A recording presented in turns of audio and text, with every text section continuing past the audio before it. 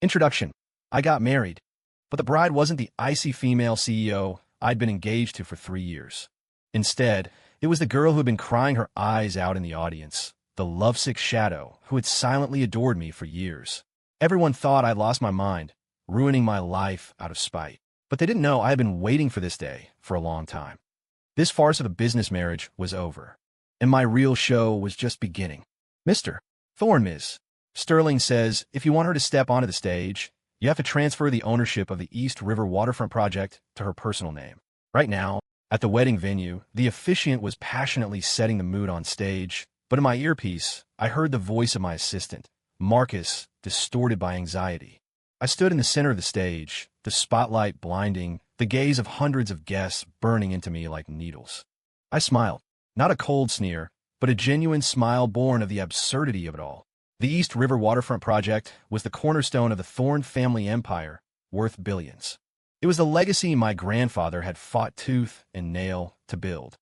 Victoria Sterling, my fiancée, the CEO of Sterling Corp., chose this exact moment, with the wedding about to start, to hold every guest hostage, using the reputation of both our families as a weapon to force me into signing this unequal treaty. Ruthless and incredibly stupid. Tell her impossible, I said calmly into the microphone-shaped cufflink. But Mr. Thorne, the guests are waiting.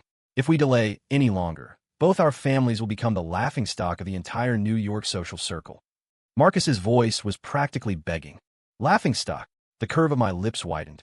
Then let's make this joke a little more entertaining. I'm a traveler.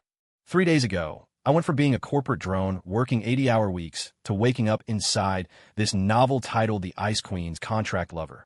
I became Julian Thorne, the cannon fodder fiancé, rich but vacuous, a playboy looked down upon by the heroine, Victoria Sterling. According to the original plot, today I would humiliatingly agree to Victoria's demands. After the marriage, she would despise me even more, getting entangled with the true protagonist while I wore the horns of cuckold. And I, Julian Thorne, would spiral into hate-fueled madness, courting death until the male and female lead joined forces to bankrupt my family and leave me destitute. Screw the plot. Screw hate-fueled madness. I, Julian Thorne, just wanted to coast. I wanted to enjoy this filthy, rich, uncomplicated life. The gym, fine dining, vintage wines, wasn't that enough? Why hang myself on a frozen tree? Mr. Thorne, Marcus's voice came again. I cut the comms. My gaze swept over the faces in the crowd, some curious, some gloating, until it finally settled on an inconspicuous seat in the corner. A girl sat there. She was wearing a pale blue cocktail dress. Her makeup, which should have been exquisite, was streaked with tears. Her shoulders were shaking, and she was biting her lip hard to keep from sobbing aloud. Emily Vance. In the original book, she was my #1 simp. A foolishly lovely girl who had silently loved the original Julian for years, watching him chase Victoria, watching him get engaged, and today, forcing a smile to attend his wedding. In the later parts of the book, she was the only one willing to bring me a warm meal when the whole world had turned against me. Unfortunately, the original Julian died without ever knowing her feelings. But I knew. Not only did I know, but I also knew that this seemingly ordinary girl had a family background far more terrifying than the Ice Queen CEO, Victoria Sterling. She was the perfect angel investor who could let me live comfortably in luxury for the rest of my life. I stepped forward under the stunned gaze of the entire room, walking down the stage step by step. The crisp sound of high heels approached rapidly. Victoria's mother, the always haughty Mrs. Eleanor Sterling, led a few Sterling family members to block my path aggressively. Julian, what is the meaning of this? Are you getting cold feet? Let me tell you, if you don't go through with this wedding today, where will the Sterling family put their face? And don't expect the Thorne family to save theirs either. Eleanor's voice was shrill, her face twisted with anger. I stopped and looked at her calmly. Eleanor, respect is earned, not given. If Victoria wants the East River land, fine. Tell her to come talk to me herself, using these underhanded tactics to blackmail me at our wedding. Does she look down on me, or does she look down on herself? My voice wasn't loud, but every word drifted clearly into the ears of those around us. The murmurs of the guests instantly grew louder. What? Demanding land at the altar? The Sterlings are being too greedy, aren't they? That's the foundation of the Thorne empire. This isn't a marriage. It's a robbery. Eleanor's face went from green to white. She hadn't expected me to air this dirty laundry in public. You're lying. Our Victoria isn't that kind of person. She was still stubborn. Whether she is or isn't, you know in your heart. I couldn't be bothered to waste breath on her. I stepped around her and continued walking toward that corner. Everyone's eyes followed me. They probably assumed I was going to drag Victoria out of hiding. I walked up to Emily Vance. She looked up. Those eyes, red and swollen from crying, were filled with confusion and panic like a startled deer. I stood before her, ignoring the noise and shock surrounding us. Then, right in front of everyone, I dropped to one knee. From my pocket, I pulled out the diamond ring worth millions, originally intended for Victoria Sterling. The entire ballroom went dead silent. Everyone thought they were hallucinating. Eleanor Sterling's eyes looked like they were about to pop out of her head. Emily was stunned too. She stared at me blankly, forgetting even to cry. I looked up at her beautiful, tear-streaked face and revealed the most sincere smile I had shown since arriving in this world. Victoria Sterling isn't marrying me. You, Emily Vance, are you willing to marry me? Time seemed to stop. The air solidified. You could hear a pin drop. Everyone's brain had crashed. They stood with mouths agape, eyes wide, staring blankly at this absurd scene offstage. The heir to the Thorne family, proposing to another woman at his own wedding? In front of hundreds of guests and the bride's family? This wasn't just madness. This was nailing a plaque that read ultimate humiliation right onto the Sterling family's face. Emily's reaction was even more raw. Her face went pale, drained of blood, her body trembling uncontrollably. She looked at me as if I were an alien. Julian, don't joke around. Today is your wedding with Victoria. Her voice was thick with tears, quiet as a mosquito. She isn't marrying me.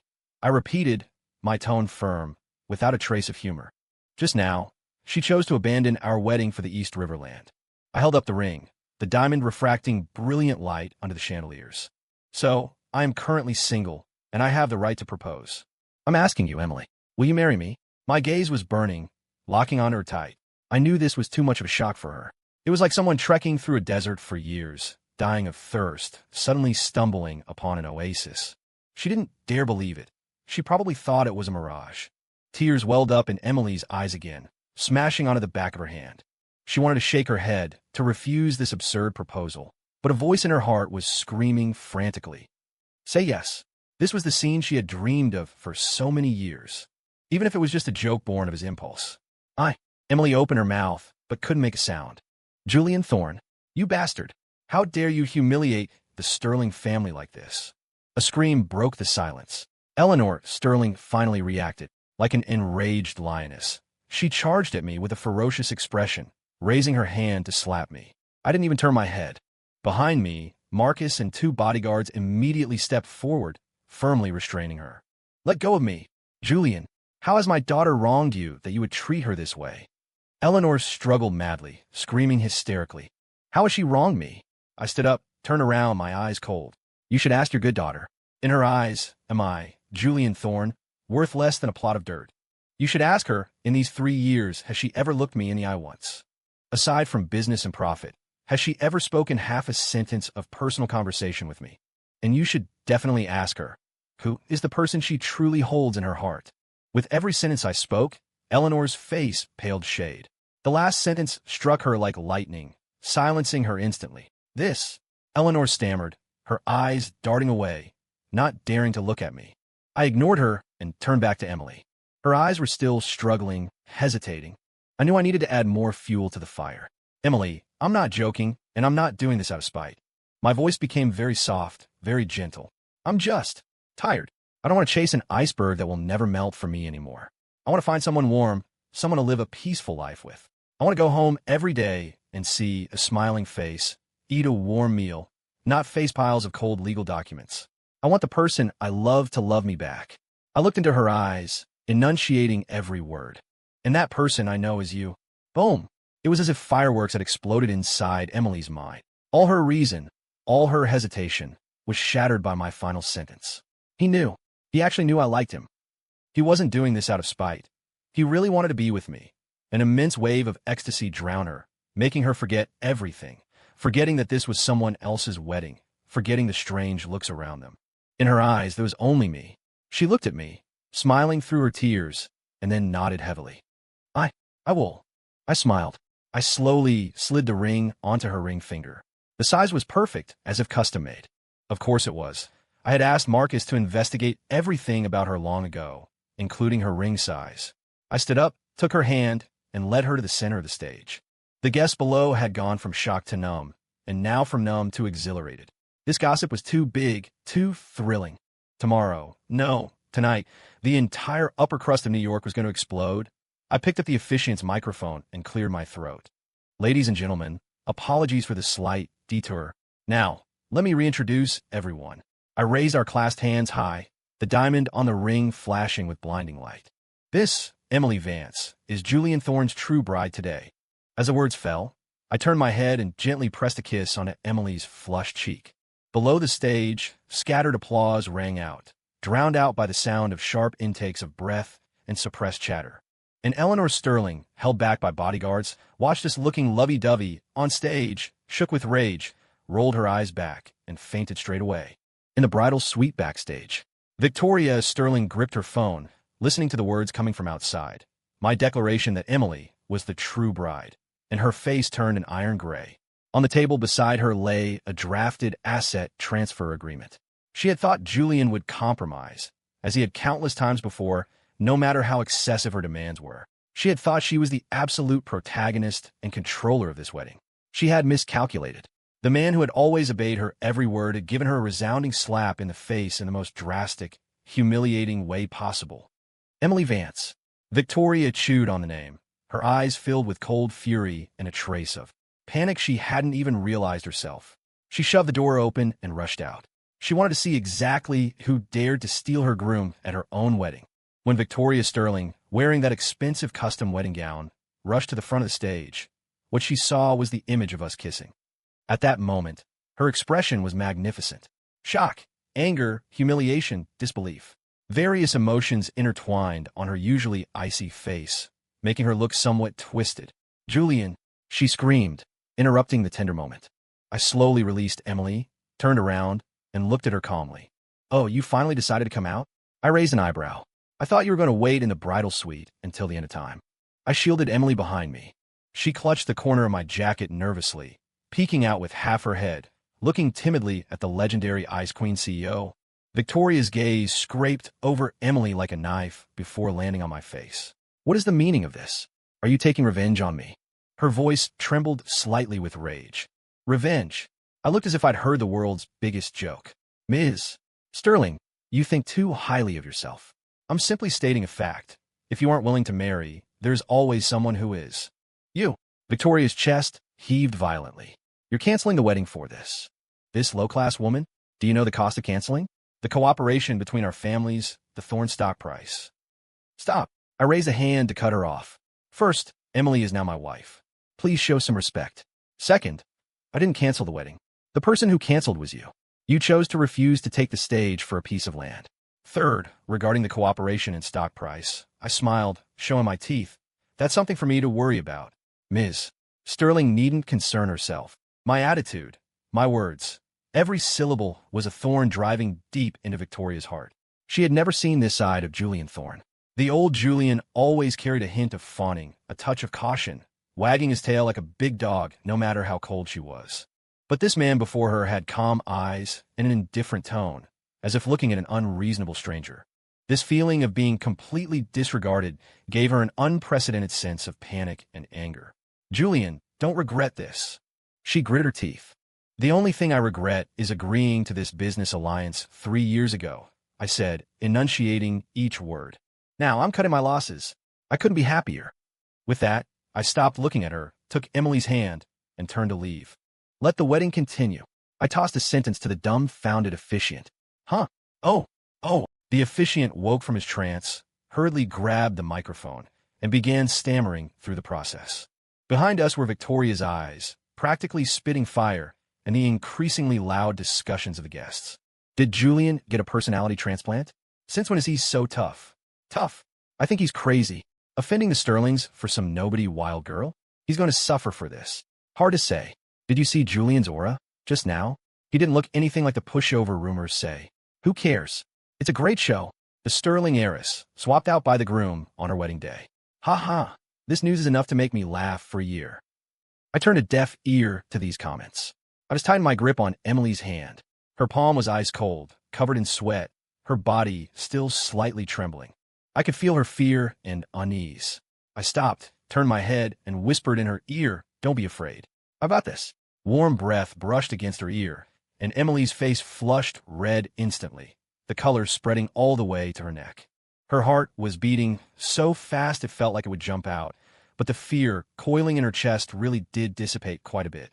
She looked up at my profile, her eyes filled with reliance and adoration. This man was her hero, a supreme hero who had stepped on multicolored clouds to save her from the mire of inferiority and unrequited love.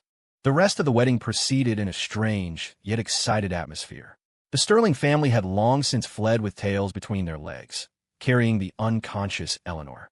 Victoria stood rooted to the spot like an ice sculpture, staring daggers at us. My parents had complex expressions, but mostly a sense of relief. They had long been dissatisfied with Victoria's arrogance, but held back due to business ties. Now that I had proactively solved this problem, they were happy to see it happen. As for Emily's parents, they hadn't come today at all. In their eyes, Emily was just attending a friend's wedding. Who could have guessed she would marry herself off? I estimated they were probably on their way right now, with machetes. But I wasn't afraid, because I knew they would agree. During the toasts, I kept Emily by my side, blocking most of the alcohol for her. A few tactless people tried to come up and probe into Emily's background or make snide remarks, but I pushed them back with just a look. "Mr. Thorne, congratulations. It's just this new Mrs. Thorne. Which family is she from? How come we haven't seen her before?" A greasy-haired trust fund baby held up a wine glass, smiling maliciously. I swirled my glass, looking at him. "What? I need to report my marriage license to you now." The trust fund kid's face stiffened, and he laughed awkwardly. I wouldn't dare. Just curious." "Curiosity killed the cat," I said coolly. "Minding your own business is better than anything." With that, I pulled Emily away, leaving the guy standing there, his face flashing red and white. Emily followed behind me and whispered, "Julian, you didn't have to do that. I don't mind. You're my wife. Disrespecting you is slapping me in the face." I squeezed her hand. "From now on, anyone who dares to make you suffer, I'll make their whole family suffer." My tone was flat, but Emily felt a rush of heat in her heart. She knew this man was protecting her. This feeling of being firmly chosen and protected was something she had never experienced. The wedding finally ended. I took Emily back to our, originally mine and Victoria's marital home, a massive penthouse overlooking the river in the city center. As soon as we entered, Emily looked uneasy. She stood in the foyer, twisting her fingers, afraid to move. The apartment still held some wedding decorations, red double happiness symbols, scattered rose petals, all reminding her of how unreal this was. Should I go home first? My parents. They probably don't know yet," she whispered. "No need." I took off my suit jacket, tossed it onto the sofa, and started loosening my tie. "They already know." "Huh?" Emily started. I waved my phone. There was a message just sent by Marcus. "Report, Mr. Thorne. We've already briefed Chairman Vance and Mrs. Vance. They said a married daughter is like spilled water.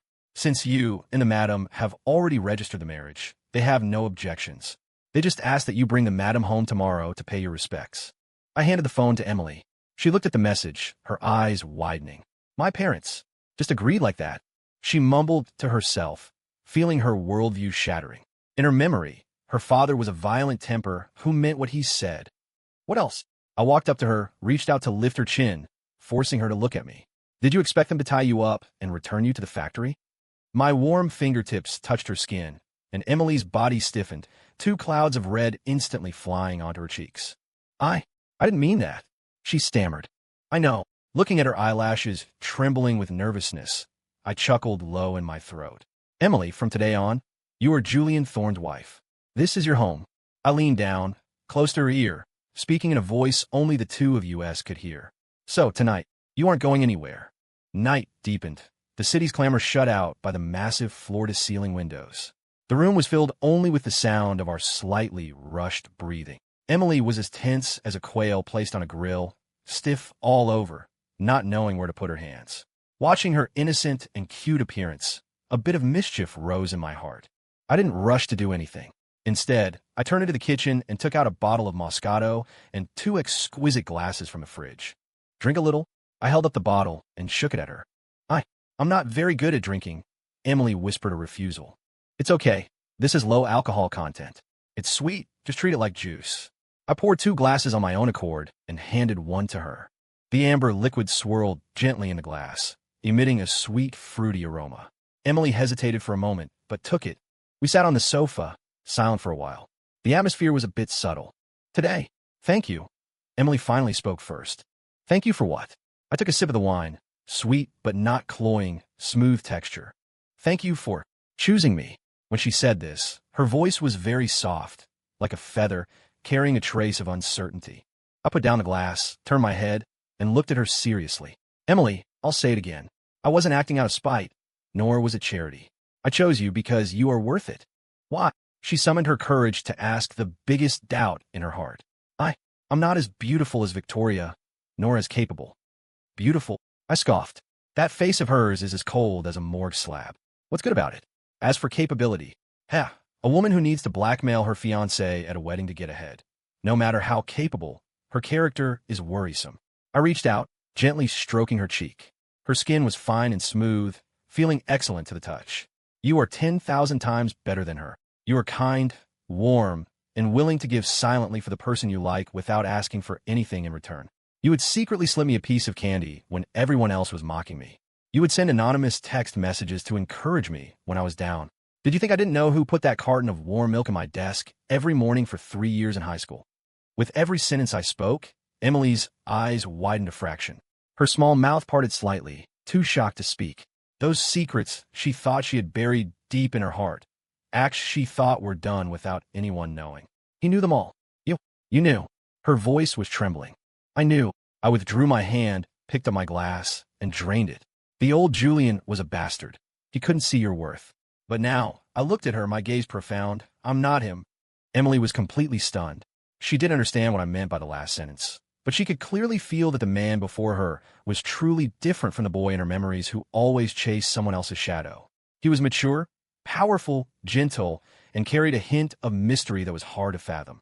More importantly, he saw all her good qualities. A massive, warm current enveloped her, turning the grievances and bitterness accumulated over the years into sweetness in this instant. Her eyes reddened again, but this time it wasn't from sadness. She mimicked my action, picking up the glass and draining the wine in one gulp. The liquid, spicy yet sweet, slid down her throat, instantly dyeing her cheeks a crimson red. I will be good to you in the future. She looked at me, her eyes incredibly firm, as if taking an oath. I know.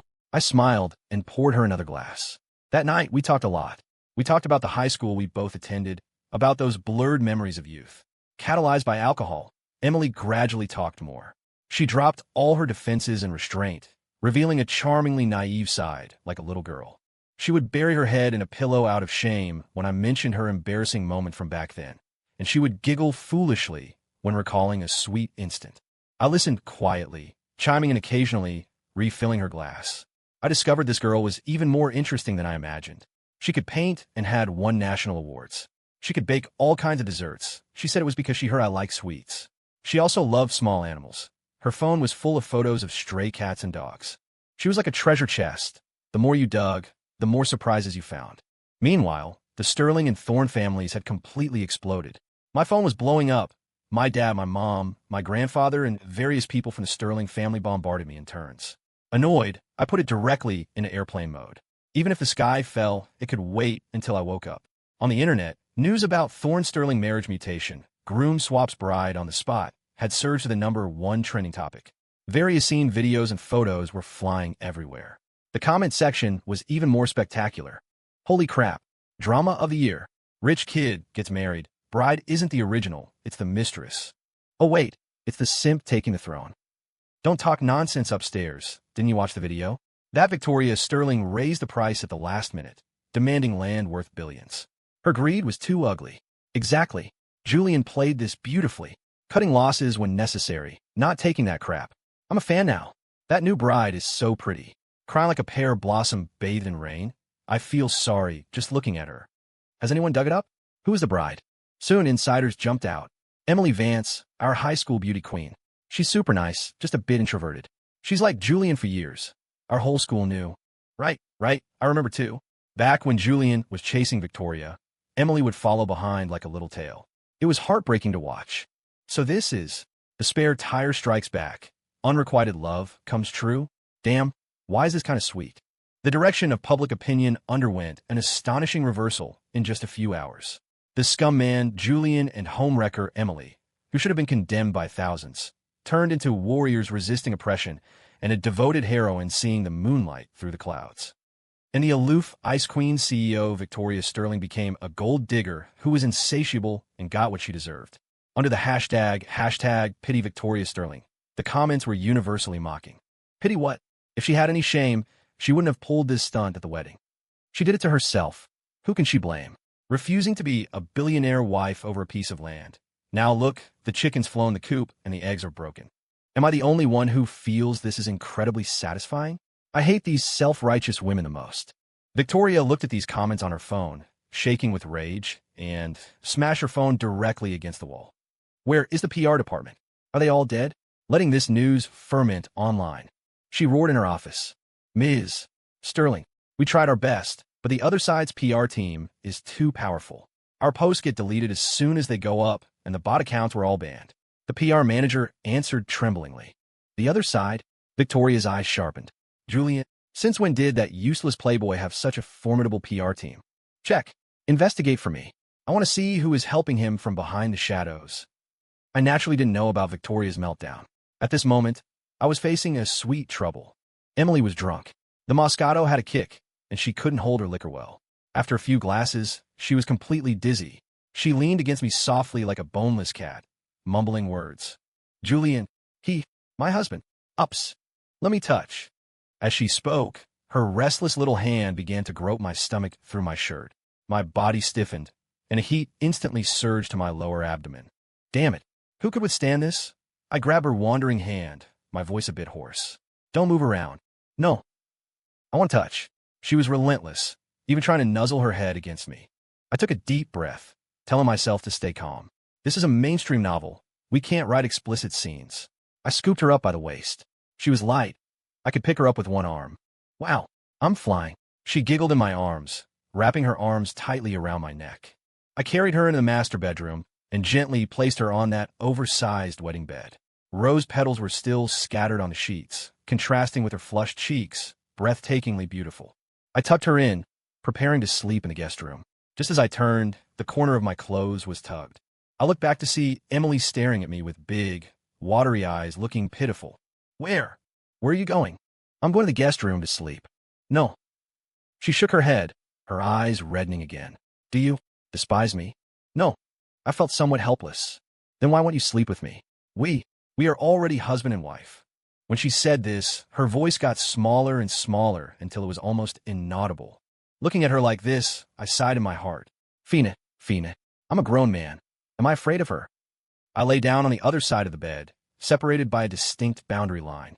Sleep, I said. MHM. She responded obediently and closed her eyes. The room returned to silence. I thought she had fallen asleep. Just as I was about to relax, a soft body rolled over, wrapping around me like an octopus. Her face buried into my chest, warm breath spraying on my skin. Julian, she called my name like she was talking in her sleep. I like you so much. My heart skipped a beat violently. The next day, I woke up to the sound of a ringtone. Sunlight spilled in through the floor-to-ceiling window, warm and bright. I moved my body, feeling numbness in my arm. Looking down, Emily was hanging onto me like a koala, her head resting on my arm, sleeping soundly.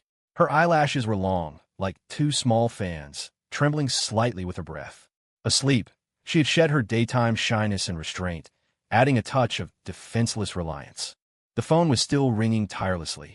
Afraid of waking her, I carefully extracted my arm, picked up the phone, and looked. It was my mom. I tiptoed to the balcony and answered the call. You brat. You finally know to answer the phone. My mom's full-throated roar came from the other end. Mom, keep it down. Emily is still sleeping. I lowered my voice.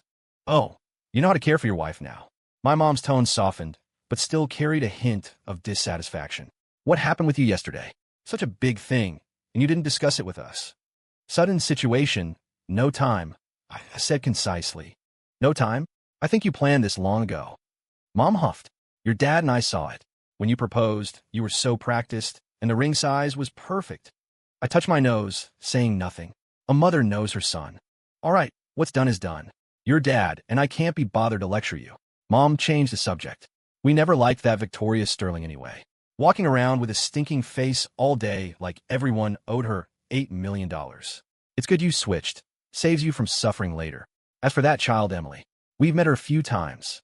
She's a good kid, well-behaved and sensible. Since you married her, treat her well from now on. No more fooling around like before. Hear me? I know, Mom. Remember to bring Emily home for dinner today. Let your grandfather see her too. The old man was so angry yesterday, he almost ate his blood pressure meds like rice. You coax him properly. Okay. Hanging up the phone, I breathed a sigh of relief. The family side was handled. I returned to the room. Emily was awake, sitting on the bed hugging the quilt in a daze. Seeing me enter, her face flushed red instantly. Morning, I greeted her with a smile. Morning. Her voice was thin as a mosquito's buzz. The brave words and groping hands from her drunken state last night were playing on loop in her mind like a slideshow. She wished she could find a crack in the floor to crawl into. I didn't do anything weird last night, did I? She asked carefully, clinging to a shred of hope. I walked to the bedside, leaned down, got close to her face, and curled my lips into a wicked smile. What do you think? I pointed to my lips. There was a faint tooth mark. This and this. I pointed to my neck where there were a few ambiguous red marks. Are all your masterpieces? Emily's face was red enough to bleed. She shrieked, pulled the quilt over her head, and rolled around on the bed. I can't face anyone. I can't face anyone. Watching her like this, I couldn't help laughing out loud. This girl was just too cute. When I laughed enough, I dug her out of the quilt. All right, not teasing you anymore. I ruffled her hair. Get up and wash. My mom wants us home for dinner. Huh? Meeting the parents? Emily's nervousness returned instantly. The ugly daughter-in-law has to meet the in-laws eventually, let alone you're so pretty. I scrape her nose. Relax, my parents both like you very much. Under my comfort, Emily got out of bed, half believing. In the walk-in closet, half was Victoria's clothes, the other half empty. I had Marcus contact luxury stores directly, sending over all the new arrivals of the season in Emily's size. Watching rows of clothes and bags being brought in, Emily was dumbfounded. Isn't this too much? Not much. My wife's closet must be full. I grabbed a white Chanel-style dress and handed it to her. Change into this. Let me see. Emily obediently changed. When she walked out of the fitting room, my eyes lit up. The white dress accentuated her purity and gentleness, the perfect cut outlining her fine figure. Does it look good? She twirled unconfidently. Beautiful. I stepped forward and adjusted her collar. My wife looks good in everything. After breakfast, I took Emily back to the Thorne family estate. Along the way, Emily was so nervous her palms were sweating. Don't be nervous. Just treat it like your own home. I held her hand, reassuring her. MHM. She nodded, but her body was still tense. The car drove into the estate. My parents were already waiting at the door. Seeing us get out, my mom immediately welcomed us with a face full of smiles. Oh my, Emily is here. Come in. She affectionately took Emily's hand. If one didn't know better, they'd think Emily was her biological daughter. Hello, Uncle. Hello, Auntie. Emily greeted nervously. What Uncle and Auntie? Time to change how you address us. Mom chided. Emily's face turned redder, and she whispered, Dad, Mom. Aye. Good child. Mom couldn't stop smiling. She took a jade bracelet of excellent quality off her wrist and slid it onto Emily's hand. Here, this is the change of address fee from Mom. My dad also fished out a thick red envelope from his pocket and handed it over. Emily looked at me for help. I nodded. Mom and Dad gave it. Take it. Only then did she dare accept. In the living room, my grandfather, Silas Thorne, was sitting in the main seat holding a cup of tea, his face serious. He was the anchor of the Thorne family, the founder of the Thorne Group, a legend who had dominated the business world for a lifetime. Grandfather, I stepped forward and called out respectfully. The old man harumphed, not even lifting his eyelids. You still not come back? I thought you didn't want this family anymore. I knew he was still angry about yesterday. I signaled Emily with my eyes. Emily understood. Though afraid, she summoned her courage, stepped forward, took a cup of freshly brewed tea from my mom, and offered it with both hands. Grandfather, please have some tea. Her voice was soft and sweet. The old man lifted his eyes and sized her up. The girl before him was dressed appropriately, her brow clear, eyes lucid. Though there was a trace of timidity, her posture was upright, neither humble nor arrogant. Much more pleasing to the eye than that Victoria Sterling whose eyes were on top of her head. The old man's expression softened a bit, and he took the teacup. You are Emily? Yes, grandfather. MHM. The old man took a sip of tea, considering it an acceptance of this granddaughter-in-law. A family storm was dissolved by a cup of tea from Emily. My mom watched from the side, clicking her tongue in wonder, praising my good taste this time. Meanwhile, in the CEO's office of Sterling Corp., the atmosphere was freezing. What did you say? The West City development project we submitted was rejected. Victoria looked at the documents in her hand, her face ugly. Yes, Ms. Sterling. The project manager wiped cold sweat. The reason is, our qualification audit didn't pass. Impossible. Victoria slammed the table. We prepared for this project for 6 months. All qualification documents are complete. How can we not pass? It's the Thorn Group, the project manager whispered. They also bid, and they hired the top team in the industry. Our proposal had no advantage in front of theirs. Thorn Group. Victoria froze. Julian, that playboy who only knew how to eat, drink, and be merry. When did he learn to interfere in company business? No, not Mr. Thorn. The project manager shook his head. It's the Thorn Group's Marcus. I heard that lately. He's been acting like he's on steroids, leading the team to secure several major projects in a row. His methods are extremely fierce.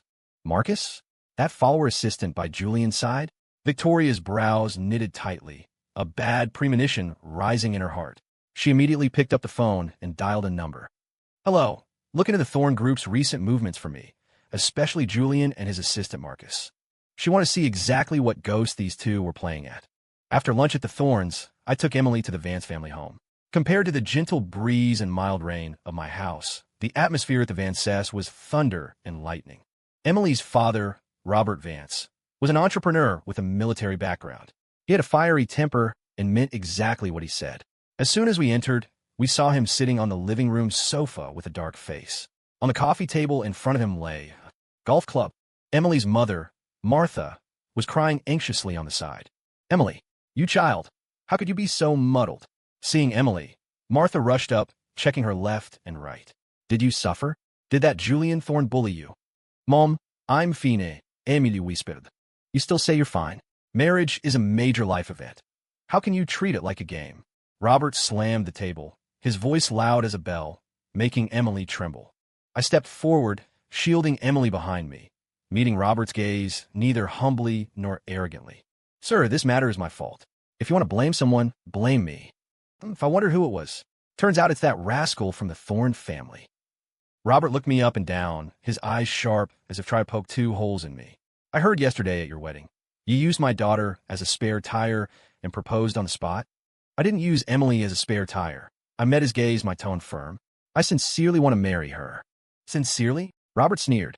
How much is the sincerity of you rich kids worth? Sincere today, change of heart tomorrow. Dad, it's not like that. Emily got anxious, peeking out from behind me. Julian, he treats me very well. What do you know? Robert scolded. You don't even know you've been tricked by his sweet words.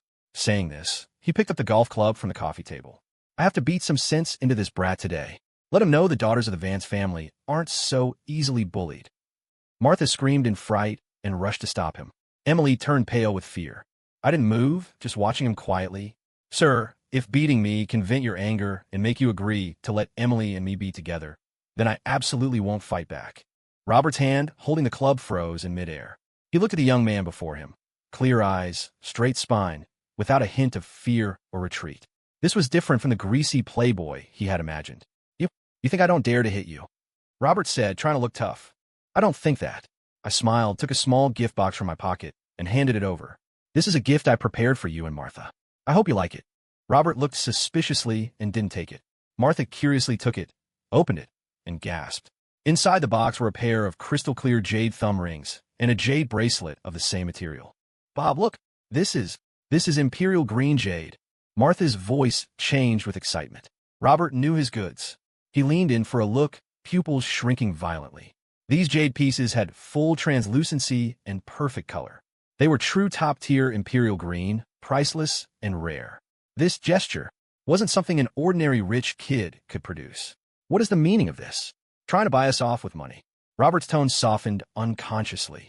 This isn't buying you off. It's a betrothal gift, I corrected. I know measuring Emily with money is disrespectful to her, but this represents my sincerity. The Thorne family sincerely wants to welcome Emily through our doors. I paused and continued. I know what you're worried about. You're worried I'm acting on impulse. Worried I'll treat Emily poorly later. I can't guarantee anything with words, but I will prove it with actions. Starting today, I will gradually transfer all shares of the Thorne Group to Emily's name. I will make her the true mistress of the Thorne Group. I will add her name to all my personal assets. I will be good to her for a lifetime. My words plunged the Vance living room into a dead silence. Robert and Martha were too shocked to speak. Transferring group shares to a wife? In the circle of wealthy families, this was unheard of. This meant Julian was practically handing his life and fortune over to Emily. If this wasn't true love, what was? Emily was moved to a mess, tears swirling in her eyes as she looked at my back. This man, to reassure her parents, was willing to go this far. Are you telling the truth? Robert finally found his voice, full of uncertainty. A gentleman's word is his bond. I looked at him, speaking with conviction. Tomorrow, I will have the lawyers start the paperwork. Robert fell silent. He looked at me for a long, long time. Finally, he sighed deeply and put down the golf club. Fine. He waved his hand, looking weary. Since Emily is willing herself, what can I, as a father, say? Remember what you said today. If you dare treat Emily badly in the future, I'll fight you with this old life of mine. You have my word. I nodded solemnly. Another family storm was dissolved by my money power and sincerity. When we left the Vance house, the look Emily gave me was practically sticky with affection. Julian, she followed behind me, calling softly. You don't really have to give me the shares. She whispered. I know you did it to reassure my parents. Who said it was for them? I stopped and pinched her cheek. I did it to reassure you. What's mine is yours. Why separate it so clearly? From now on, I'm responsible for making money, and you're responsible for being beautiful. Emily, responsible for being beautiful. Vance was made dizzy by my words, giggling foolishly as I stuffed her into the car. Meanwhile, Victoria finally got the investigation report she wanted. Looking at the items listed one by one regarding the Thorne Group's recent commercial moves, her face grew darker and darker. In just 3 days, Marcus, the assistant she had always looked down upon, under Julian's instruction, had sniped 3 important cooperative projects of Sterling Corp and stolen 2 major clients. The methods were fast, accurate, and ruthless, every strike hitting Sterling Corp's weak points. How could these be decisions made by a useless playboy? This was clearly a commercial genius strategizing from behind the scenes. Julian, who exactly are you? Victoria gripped the report, murmuring to herself. She deeply doubted her past judgments for the first time. She discovered she seemed to have never truly known the man who had followed her for 3 years. Even more shocking news arrived quickly. Ms. Sterling, bad news. The secretary ran in frantically. The Thorne Group just issued an announcement. Mr. Thorne, Julian is transferring all Thorne shares under his name to his newlywed wife, Ms. Emily Vance, free of charge. What? Victoria stood up abruptly, the report scattering on the floor.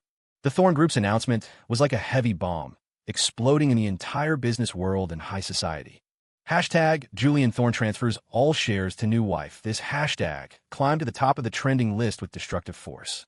Everyone went crazy. Holy crap, what kind of god-tier romance is this? I am jealous. This isn't just love. This is giving his life to the other person, right? Swapped brides the day before yesterday. Gifting shares today? Julian is for real. Boo-hoo. Did that girl named Emily save the galaxy in her past life? I want someone to love me like this too. At Victoria Sterling, come out and look. This is the man you didn't want. Lost a multi-billion-dollar empire for a piece of land worth peanuts in comparison. Regret it yet? Online, the evaluation of me had shifted from well done to peerless good man, and Emily became the most envied woman on the internet. Victoria's name was dragged out for public execution again. Ridicule, sarcasm, pity. Voices of all kinds rang out incessantly. Victoria looked at her phone, her face pale. Of course she regretted it. She regretted it until her insides turned green. She had always thought Julian couldn't leave her, that the Thornes needed the Sterling's cooperation. That was why she dared to be so fearless. But now, reality gave her a resounding slap. Not only did Julian leave her, but he was also doing better than before. He was no longer the shadow following her. He had transformed into a behind-the-scenes boss stirring up the business world. He had found a new woman and spoiled her to the heavens. And that woman was the one she looked down on the most, Emily Vance. Why? Why could the worthless Emily receive such treatment from Julian? The flames of jealousy burned fiercely in Victoria's heart. She wasn't resigned. She didn't believe Julian could truly fall in love with Emily. This must be his scheme. It was to revenge her, to provoke her. Yes, it must be so. As long as she wouldn't soften up and apologize, Julian would definitely change his mind. After all, they had 3 years of emotional foundation. Thinking of this, Victoria immediately grabbed her car keys and rushed out. At this moment, I was accompanying Emily on the balcony of our penthouse, watching the stars. I had someone bring a comfortable lounge chair, and the small table beside it held a fruit platter and her favorite milk tea. Julian, those things online, are they true? Emily leaned in my arms, asking softly. The lawyers are already processing it. I held her, smelling the fragrance in her hair. But that's too much. She still felt it was unreal. I didn't do anything, just. Who says you didn't do anything? I interrupted her. You did the most important thing. What thing? She looked up curiously. You gave me a home. I lowered my head and kissed her forehead. Emily's heart was instantly filled with sweetness. She spoke no more, just hugged me tighter. Just then my phone rang. It was an unknown number. I didn't want to answer, but it kept ringing, threatening to ring until the end of time if I didn't pick up. I answered helplessly. Hello. Julian, it's me. From the other end came a familiar, icy voice. Victoria. I frowned. What is it? I'm downstairs at your apartment. I want to see you. Her voice carried a trace of imperceptible weakness. We have nothing to see each other about. I refused directly. Julian, don't be like this. Victoria's tone became urgent. I know you're still angry with me. What happened at the wedding was wrong of me. I apologize to you. I was just misled by my mother and my uncle. I was confused for a moment. Oh, I responded flatly. You gave the shares to Emily just to spite me, right? She continued on her own. I know you still have me in your heart. You just want to use this method to make me regret, to make me turn back. I almost laughed out of anger at her logic. Who gave this woman such confidence? Ms. Sterling, let me say this once more. Everything I do is only for my wife, Emily. It has not a dime to do with you. Stop flattering yourself. With that, I hung up directly and blocked the number. Emily had been listening quietly, not interrupting. Only after I hung up did she ask softly, Is it Victoria? Did she misunderstand something? Ignore her. I tossed the phone aside and pinched her cheek. An irrelevant person isn't worth wasting our time. Now let's do something meaningful. What thing? Emily blinked. I leaned down to her ear and whispered a few words. Emily's face exploded red instantly. She punched me lightly, whining, You're so bad. Downstairs, Victoria froze listening to the disconnect tone on her phone. He hung up on her. He blocked her. How dare he? A wave of humiliation like never before surged in her heart. As the dignified CEO of Sterling Corp, when had she ever received such treatment? Refusing to believe it, she switched phones to call again, but the result was still being hung up on. Victoria was so angry she nearly smashed the phone. She looked up at the apartment lit with warm lights, her eyes filled with spite and unwillingness. She didn't believe Julian could be so heartless. She decided to wait here. She didn't believe he wouldn't come down eventually. So, on that cool autumn night, the noble CEO Victoria Sterling, wearing a brand-name suit and stepping in high heels, stood like a resentful ghost downstairs at Julian's apartment all night. Meanwhile, the male lead she was waiting for was sleeping soundly, holding his new wife. Early the next morning, Marcus's call came right on time. Mr. Thorne, that person downstairs, stood there all night. Should we send someone to ask her to leave? I was tying an apron, making breakfast for Emily in the open kitchen. The sunlight plated me with a golden edge, 8-pack abs faintly visible under thin loungewear. Emily sat by the bar, chin in hand, looking at me with hard eyes. Ignore her. I cracked an egg with one hand, landing it perfectly in the center of the pan. If she likes standing, let her stand. When she's tired, she'll leave naturally. Okay. Marcus paused, then reported. Also, regarding Sterling Corp, the board held an emergency meeting overnight. Due to the failure of several major projects recently and the negative impact of her personal life on the company, Victoria Sterling has been suspended from her duties as CEO. Oh, I raised an eyebrow. This was unexpected. I thought those old fogies in the Sterling family would fight to keep her. Yes, her uncle, Lewis, has taken over. I heard this, Mr. Lewis doesn't quite get along with you. Marcus sounded worried. Uncle Lewis? I thought for a moment and remembered. In the original book, it was this Lewis who colluded with outsiders to hollow out Sterling Corp. eventually blaming it all on Victoria. He was a smiling tiger. He does not get along with me. He doesn't get along with money. I smiled, plating the heart-shaped egg. Ignore him, let him act out. The more he acts out, the faster Sterling Corp dies. Understood. Hanging up, I brought breakfast to Emily. Wow, smells so good. Emily looked at the heart-shaped egg, bacon, and toast on the plate, eyes shining. Eat up, little glutton. I rubbed her head. Emily picked up her knife and fork, carefully cut a small piece of egg, and put it in her mouth. Delicious. She narrowed her eyes in happiness. If it's good, eat more. Just as we were enjoying a warm breakfast time, the doorbell rang suddenly. I frowned. Who had come so early? Checking the visual doorbell, the screen showed a haggard and unwilling face. Victoria Sterling. She actually came up. Julian, open the door. I know you're in there. She pounded on the door, her voice shrill. Emily heard the noise too and looked over nervously. I gave her a reassuring look and pressed the talk button directly. Ms. Sterling, early in the morning, what business do you have? My voice held no warmth. Julian, let me in, let's talk. We have nothing to talk about. Did you know? I've been suspended. Victoria's voice carried a hint of sobbing. You did this, right? To take revenge on me. You colluded with the board to take me down. I was almost amused by her thought process. Ms. Sterling, do you have a persecution complex? I spend all day with my wife. Where'd I find the time to manage Sterling Corp's mess? You're lying. I don't have time to waste breath on you.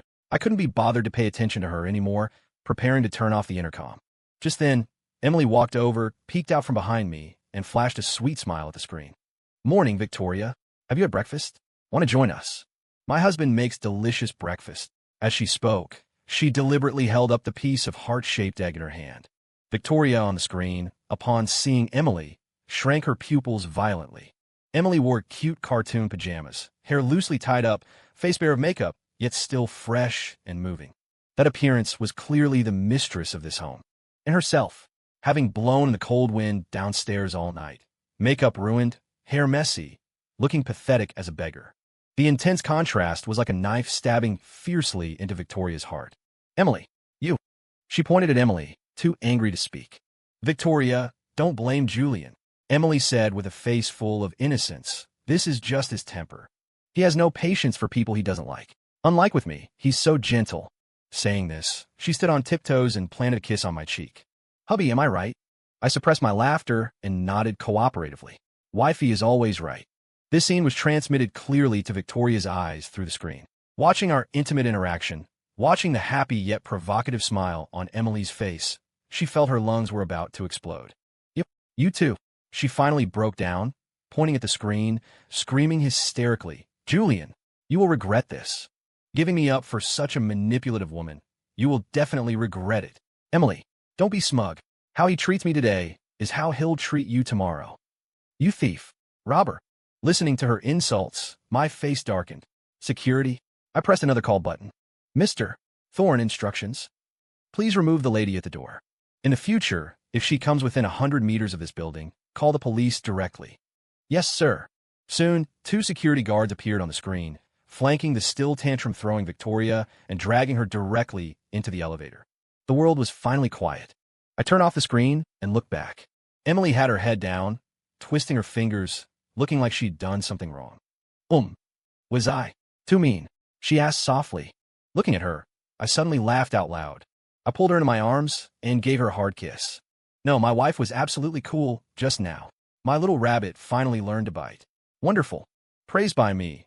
Emily's face turned red again, but the corners of her mouth couldn't help turning up. Then, can I do that in the future? She asked tentatively. Of course. I pinch her nose. Whoever dares to bully you, you bully them back double. If the sky falls, I'll hold it up for you. With my backing, Emily's courage gradually grew. She was no longer that timid little girl hiding behind me. She began learning to manage company affairs. Though there was much she didn't understand, she learned seriously. I would show her some unimportant documents and explain them patiently. She would also accompany me quietly while I worked, bringing me tea or massaging my shoulders. Our life was sweet as honey. During this time, I took her abroad to make up for a honeymoon. We kissed under the Eiffel Tower in Paris, strolled on the beaches of the Aegean Sea, and boated in the water city of Venice. I used a camera to record every one of her happy moments. After returning to the country, an unexpected surprise was waiting for us.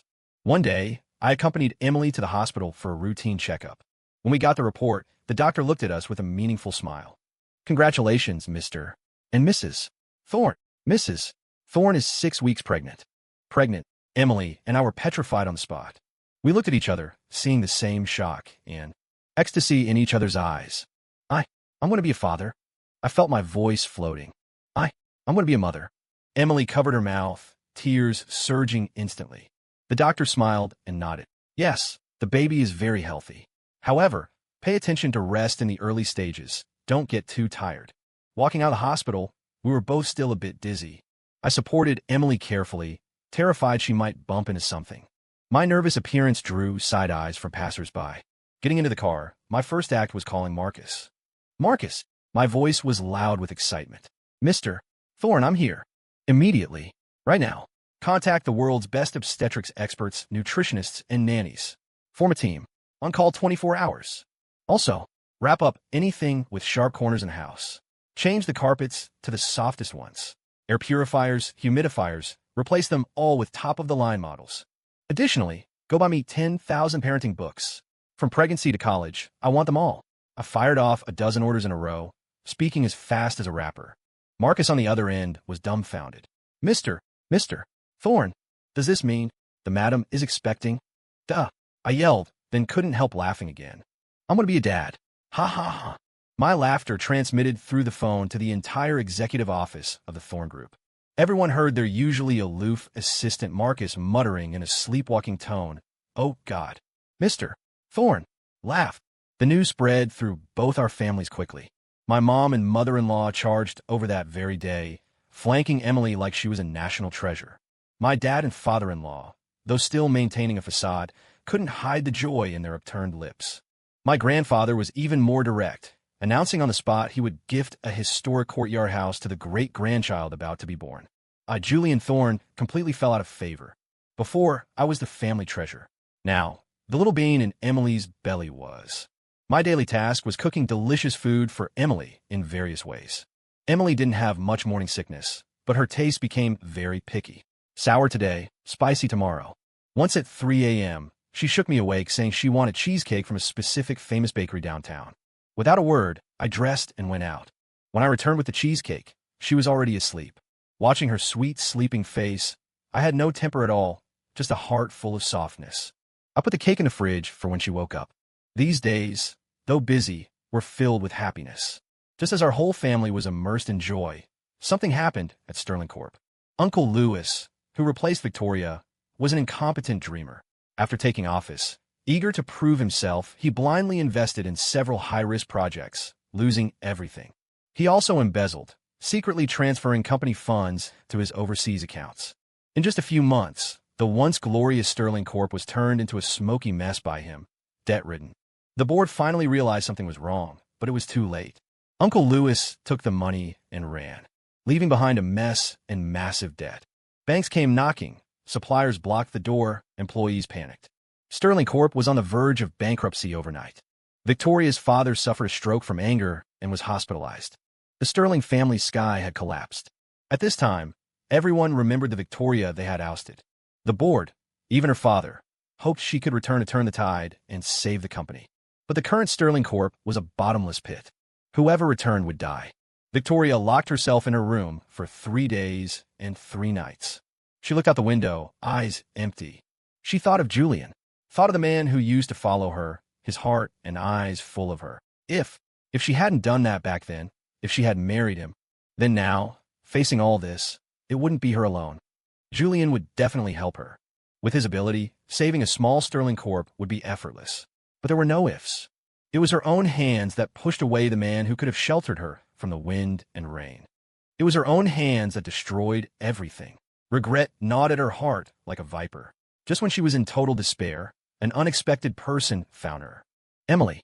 In a coffee shop, Emily sat opposite Victoria, quietly stirring the coffee in her cup. She wore a loose maternity dress, her lower abdomen slightly raised, her face carrying the gentle glow of motherhood. Compared to her, Victoria opposite was haggard, eyes dim, like a flower that had lost all water and was about to wither. "What are you here for?" Victoria spoke first, voice hoarse. "To see a joke? I'm not that bored." Emily put down the spoon, looked up, and watched her calmly. Then to show off? Show off how well you're doing? Show off that you stole everything of mine. Victoria's tone was full of sharp sarcasm. Emily didn't get angry, just smiled faintly. Victoria, you're wrong. I never stole anything of yours. Julian isn't an object. He is a living person with his own thoughts and feelings. He chose me not because I'm better than you, but simply because when he needed warmth the most, I happened to be by his side. And you, when he needed you most, chose to measure your relationship with profit. Emily's words were like a knife, accurately stabbing into Victoria's heart. Victoria's face paled further. She opened her mouth, but was powerless to refute. I know about Sterling Corp's situation. Emily took a document from her bag and pushed it across. What is this? Victoria looked at her warily. An acquisition proposal, Emily said. The Thorn Group is prepared to fully acquire Sterling Corp and help you solve all debt problems. Victoria's pupils shrank violently. She picked up the document and flipped through it quickly. The terms were so generous, she didn't dare believe it. Not only was the Thorn Group willing to assume all debts, but they were also willing to retain the brand and most employees and even willing to let her continue as CEO. This wasn't an acquisition. This was clearly charity. What? Victoria looked up, staring at Emily with complex eyes. Why would Julian do this? Doesn't he hate me? He doesn't hate you. Emily shook her head. He's just disappointed in you. As for why he's helping you, Emily paused, reached out, and gently stroked her own belly. Because I don't want my child to hear any negative comments about his father in the future. I don't want people saying his father left his former fiancée to die, that he was ruthless. Julian is a good man, and I want everyone to know that. Emily's words left Victoria completely stunned. She looked at this gentle-faced girl before her, feeling a mix of emotions. She had always thought Emily was a manipulative schemer, but now she realized Emily was truly kind. A kind of pure goodness she could never learn. So this was your idea? Victoria's voice trembled. It was our idea, Emily corrected. I just suggested it. He made the final decision. Victoria's eyes reddened. She looked at the acquisition proposal in her hand. The clauses seemed to transform into Julian's face. That man, clearly heartbroken by her, still pulled her up when she was most pathetic. Not out of love, but because of the woman beside him.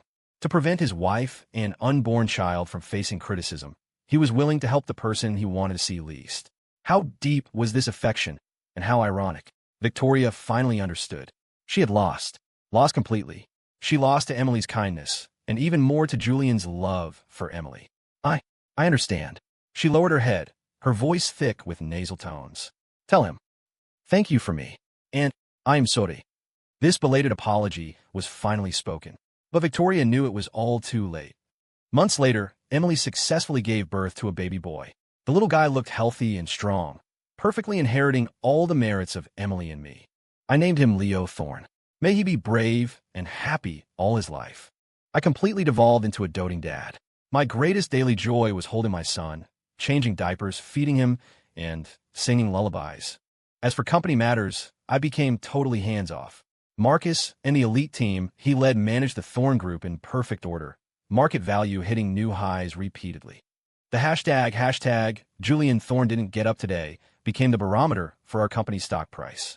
As long as this tag trended, stockholders knew the Thorn Group was well and could buy with confidence.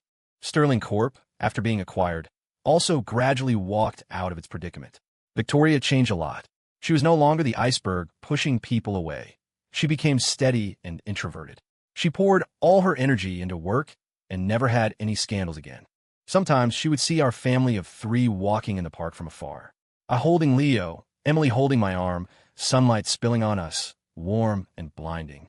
She would watch quietly for a while, then turn and leave lonely. She knew that happiness had nothing to do with her anymore. She had lost the most beautiful thing in her life with her own hands. And I finally lived the lying flat life I dreamed of. I had a lovely wife, a cute son, endless money, and a group of capable subordinates. I felt I might be the happiest transmigrator in the world. On a sunny afternoon, I held Leo, basking in the sun on the balcony. Emily leaned beside me, reading me the news. Hubby, look, the internet is talking about you again. Saying what? Saying you are the last deep affection of the 21st century, model of male virtue, the ceiling of doting husbands. Listening to these titles, I couldn't help laughing. I wasn't some deep lover. I just met the right person at the right time. I lowered my head, kissed the little guy in my arms, then turned my head to kiss the lover beside me. Wifey. Thank you. Thank you for appearing in my life, giving meaning to my boring, aimless life. Story complete.